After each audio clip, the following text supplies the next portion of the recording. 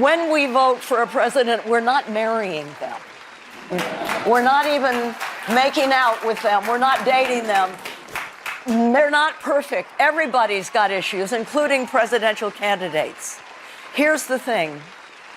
We cannot afford to lose 4 more years to the climate crisis. We have one ticket. The orange man represents drill, baby, drill. And it's really serious, guys. It's not rhetoric. It's true. Jane Fonda, with her razor-sharp tongue and unflagging spirit despite her advanced age, has just dropped a satirical bombshell on the presidential election. She says that voting is not like getting married, or dating, or kissing passionately. After all, no one is perfect, not even the most likely candidates. But then Fonda turns serious. We cannot afford to let another 4 years slip away to Mr. Orange and his hold on philosophy. Oh no, this is not a comedy. This is real, so real it will make you sweat. Jane Fonda, a name no stranger to bold statements and tireless fighting spirit, recently caused a stir when she bluntly criticized former President Donald Trump on live television.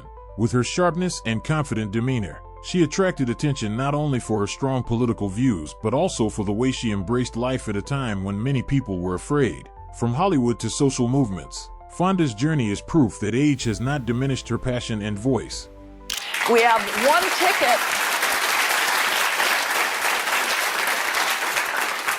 The orange man represents drill, baby, drill. And it's really serious, guys. It's not rhetoric.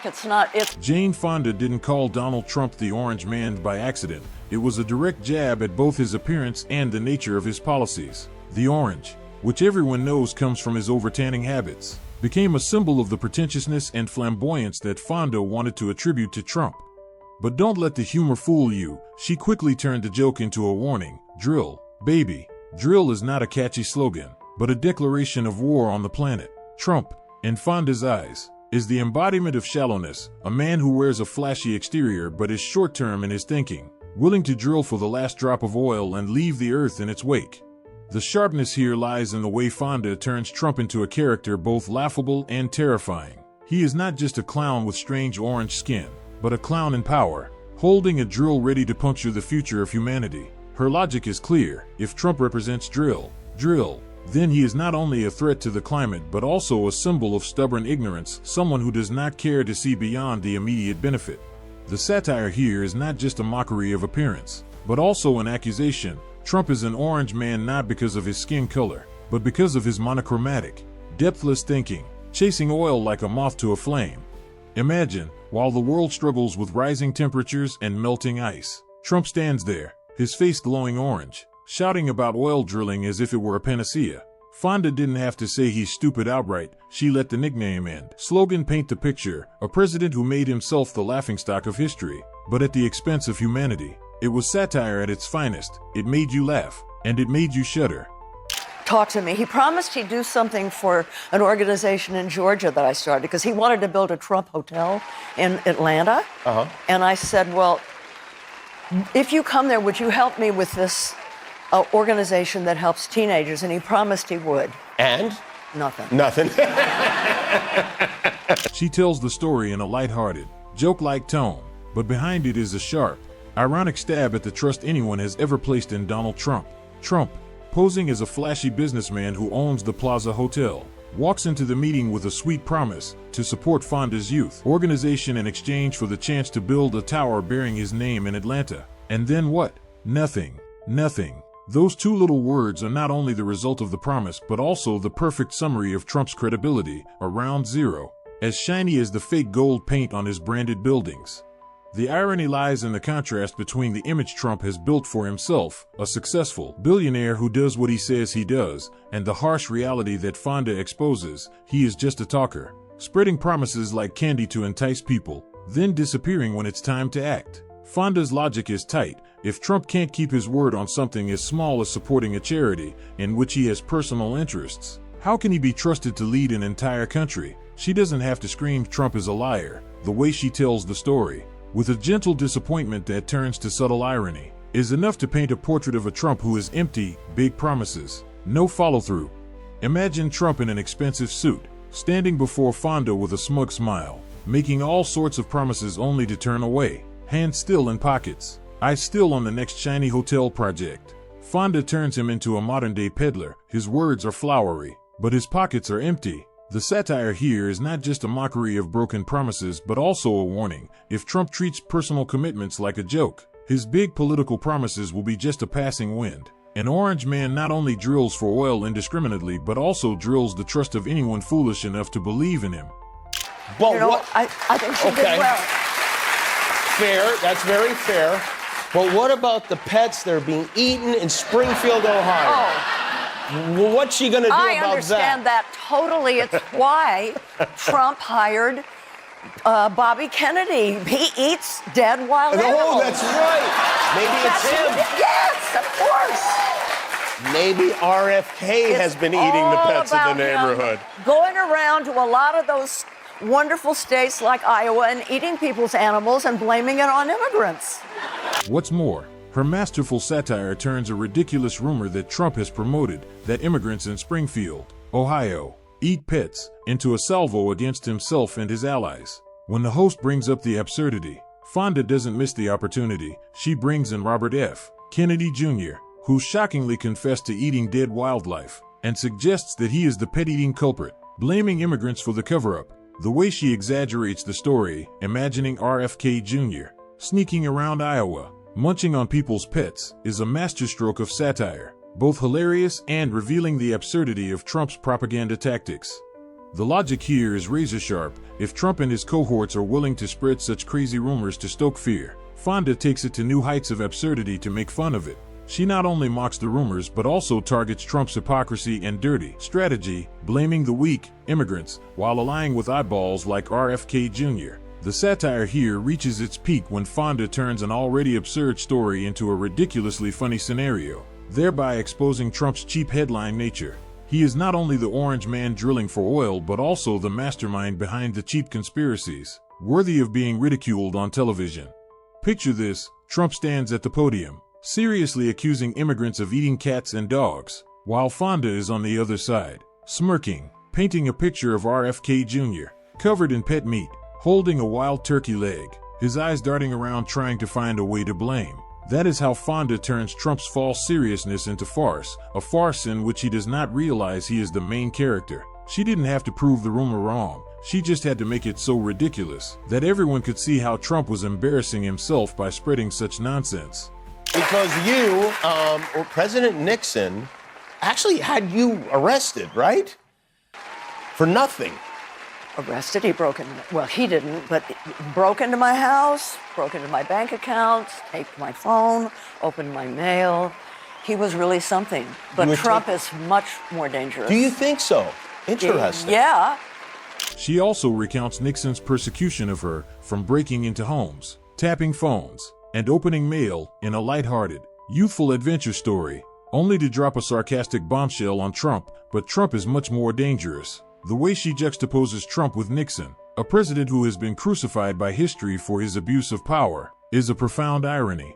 Nixon, for all his dirty tricks, at least had the style of a sophisticated schemer, and Trump, Fonda implicitly suggests that he was a more crude, clumsy version, but with more terrible consequences, a Nixon 2.0 who didn't need to be as skillful but could still do much more harm. The irony here lies not in the tear-jerking jokes, but in the chilling contrast. She survived Nixon unfazed. I'm not afraid of that stuff. But Trump is a threat that even a tough guy like Fonda would take seriously. Her logic is clear. Nixon operated in the shadows, while Trump openly threatens to punish our enemies and lock them up like a flamboyant thug. Trump is dangerous not just because of his power, but also because of his lack of control and his erratic temperament, an orange man with an ego bigger than the oil empire he wants to drill. Fonda makes Trump both despicable and terrifying. Despicable because he's rude, terrifying because his rudeness is destructive.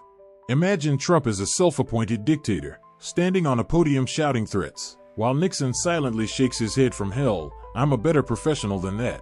Fonda didn't need to call Trump a fool. She simply had to juxtapose him with Nixon to show the audience. Here was a bigger threat, wrapped in a gaudy orange wrapper that was laughably unsubtle. When we vote for a president, we're not marrying them. We're not even making out with them. We're not dating them.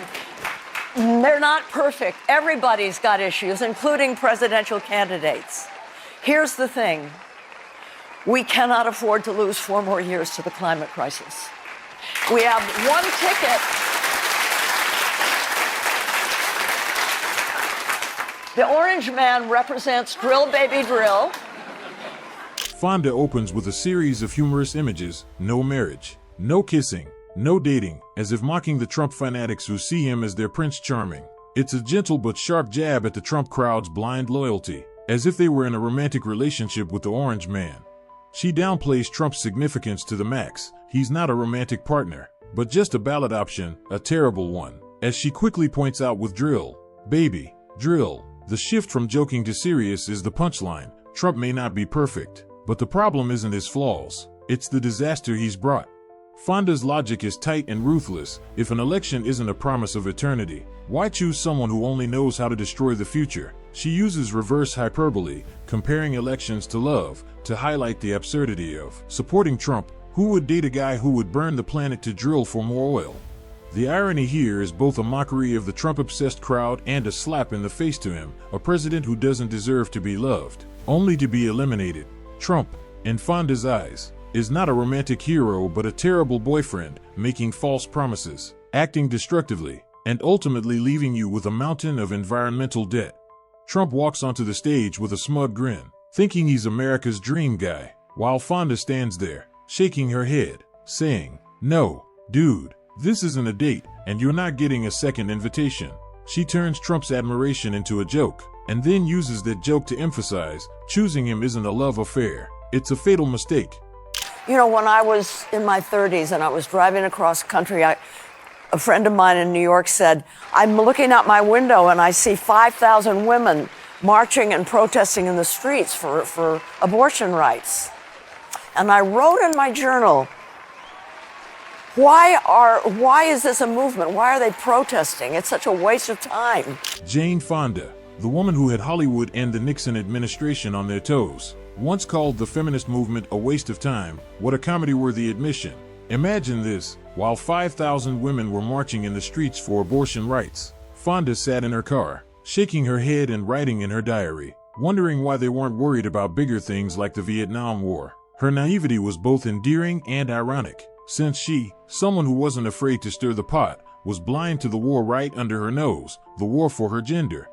The irony here is that Fonda paints herself as a pathetic fool from the past, a reluctant hero who hasn't yet realized her own power. She was not the shy flower the host said, but she had shrunk into the shadow of ignorance, allowing the Vietnam War to drown out the cries of millions of women.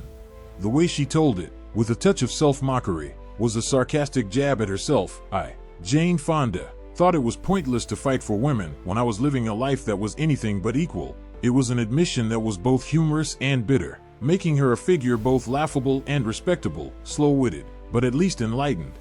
I could not be married. I've been married 3 times. Yeah. I had to get that all out of the way because my marriages were not democratic. And so I couldn't be a really embodied feminist. 3 marriages, and Fonda talks about them as debts that must be paid before she can be free to be a feminist. What a darkly humorous way to look at it. She not only takes jabs at her ex-husband but also turns marriage into a democratic prison where the word equality is just a distant dream. Undemocratic, just listen. It's as if she lived in a miniature feudal dynasty, where her husband was the king and she was the obedient subject who had to bow her head. Fonda tells the story with a lighthearted tone, but behind it is a sarcastic stab. Marriage, which is praised by society as a paradise of love, turns out to be the shackles that hold her back from becoming a true feminist. If she is not treated fairly even in her most private space, how can she fight for fairness outside when she is still tied down? The satire is aimed not just at husbands, whom she calls her favorite exes with a touch of sweet irony, but also at the society that instills the idea that women must sacrifice themselves in marriage. Fonda turns her 3 marriages into a story that is both funny and thought-provoking. She had to get out of debt of love to find herself, a feminist not just in her head, but in her body. Imagine her standing in front of the mirror after her last divorce, sighing, "Finally, it's over. Now it's time to live." Jane Fonda found feminism not through books or protests, but through a comedy, and not just any comedy. But vagina monologues. What a film-worthy twist. While one might expect her to have an epiphany amid the Vietnam bombings or tense meetings with Gloria Steinem, no, she felt feminism while laughing hysterically in front of a stage about the little girl. The way she tells it, I felt feminism moving from my head to my body, is both romantic and funny, as if feminism were an electric current running down my spine, triggered by Eve Ensler's, now V, laughter and dialogue. The irony here lies in the unexpectedness and self-mockery. Fonda, who once dismissed protests as pointless, was enlightened by a play that many might have found too daring or bizarre. Her logic is subtle. Feminism is not just dry theory in the head, but something alive, felt in the body, and what could be more alive than an evening of laughter with vagina monologues? She mocks herself, a late bloomer who needed the stage to awaken, and at the same time mocks society. If someone like Fonda needed a whole play to absorb feminism, how many others are still asleep in their prejudiced heads? Imagine her sitting in the auditorium, laughing until tears come to her eyes, and then saying to herself, "Oh, so this is what I missed, sorry. Ladies, I'm late." If Trump is the orange clown who makes empty promises and then abandons them all, Fonda is the woman who laughs at him, holding the climate and equality banner, reminding us that voting is not about marriage, it's about choosing between a livable planet and a pile of ashes. From stage to TV, she proves age hasn't slowed her down, but Trump's stupidity can stop the world, and that's something no one can laugh at.